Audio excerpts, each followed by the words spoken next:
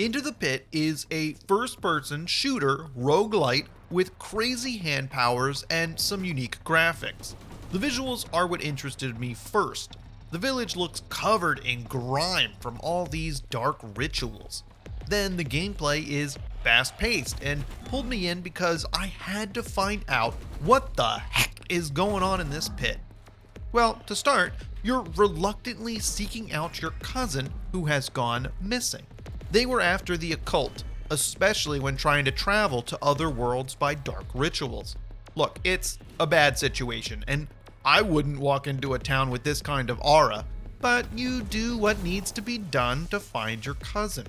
All the villagers are hidden away, scared of the pit that you will now throw yourself down. So you start the ritual, God only knows why, and jump into what I equate to is hell.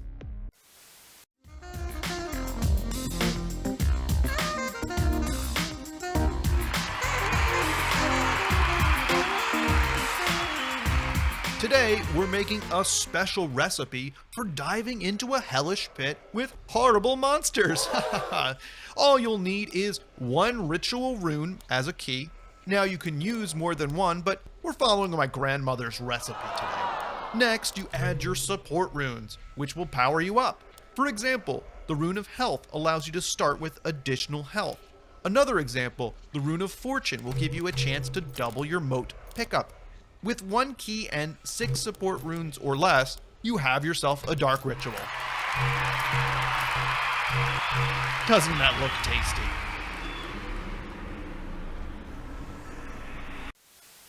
Anyway, your first task is to choose which hand weapons and initial power-up you want to start with.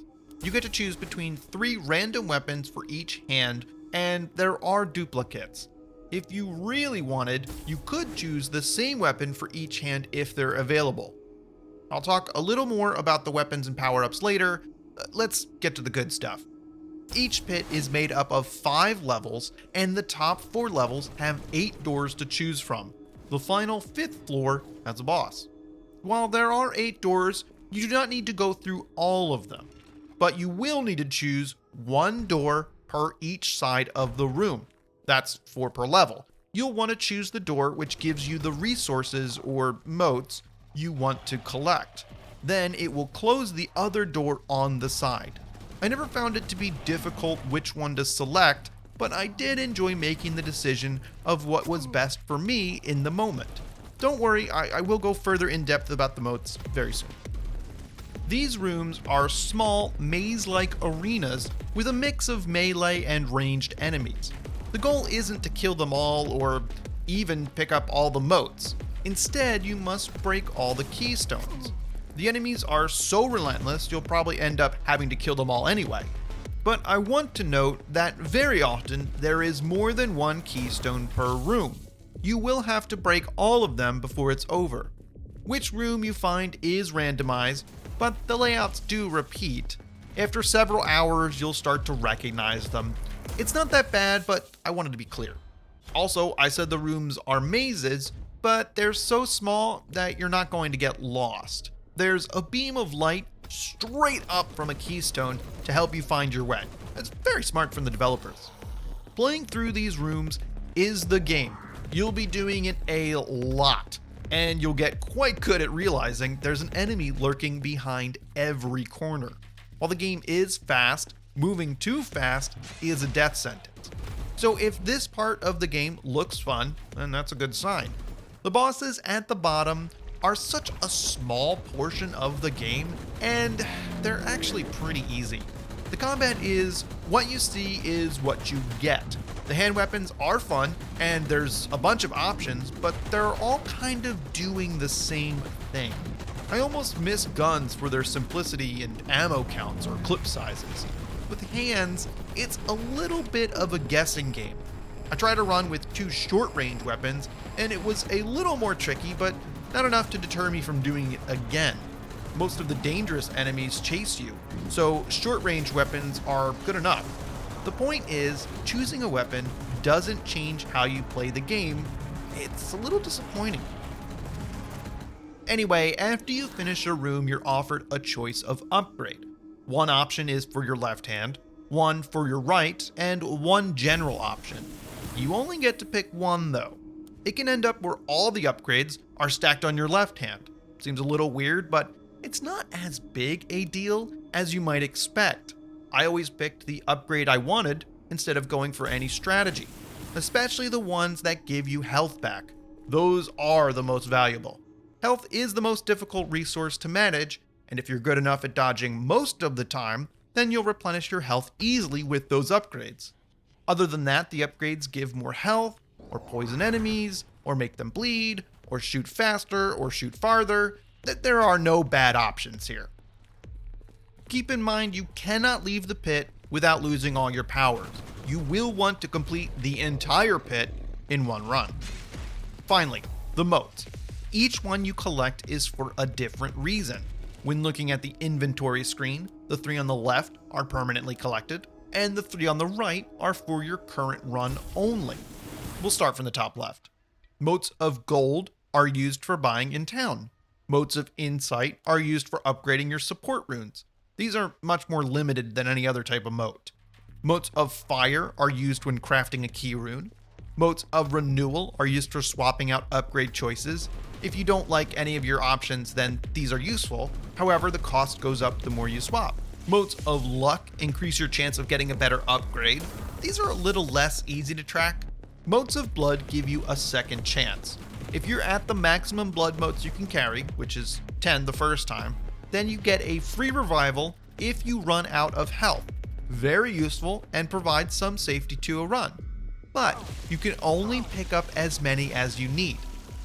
Whew, okay, that sure was a lot to go over. There is some strategy in selecting since you might need the gold to buy something in the shop. However, I usually skipped on the motes of renewal and lived with whatever the upgrade choices I had.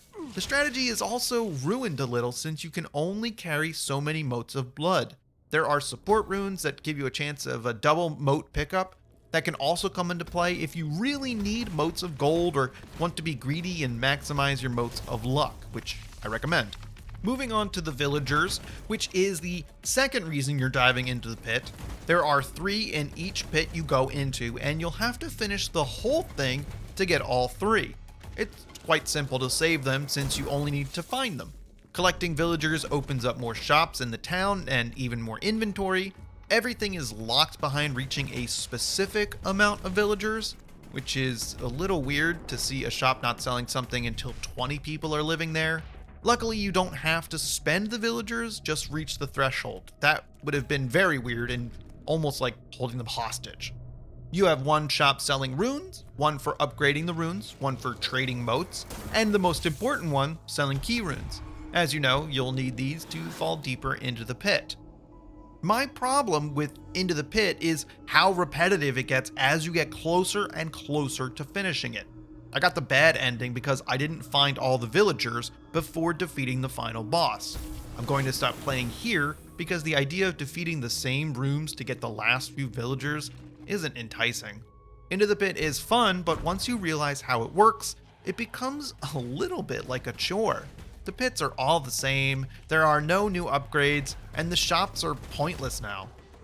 With fully upgraded support runes, the game is very easy. I can gain health all the time now. I don't know what happened, but Into the Pit lost all its challenge about halfway through. Kind of feels like they missed an opportunity to give the player a negative buff for taking a support rune. Overall, Into the Pit is decent. I love the visuals and how dirty it makes everything feel. The village, touched by this dark ritual, has a griminess that I can only attribute to the pit. And diving into that pit is a blast. Running and gunning or handing through each little room is a treat. It's just that it gets a little old several hours in, and not much has changed. Well, it did change, it just got a lot easier. I do slightly recommend Into the Pit because if this looks like fun, then you'll probably enjoy it. I was previously a completionist, and if I still were, then I would have a bigger problem recommending it. However, I got over 5 hours out of the game, and all of it was exciting. You want more, right? because I recommend you check out this review of Severed Steel, an excellent first-person shooter. Thanks for watching.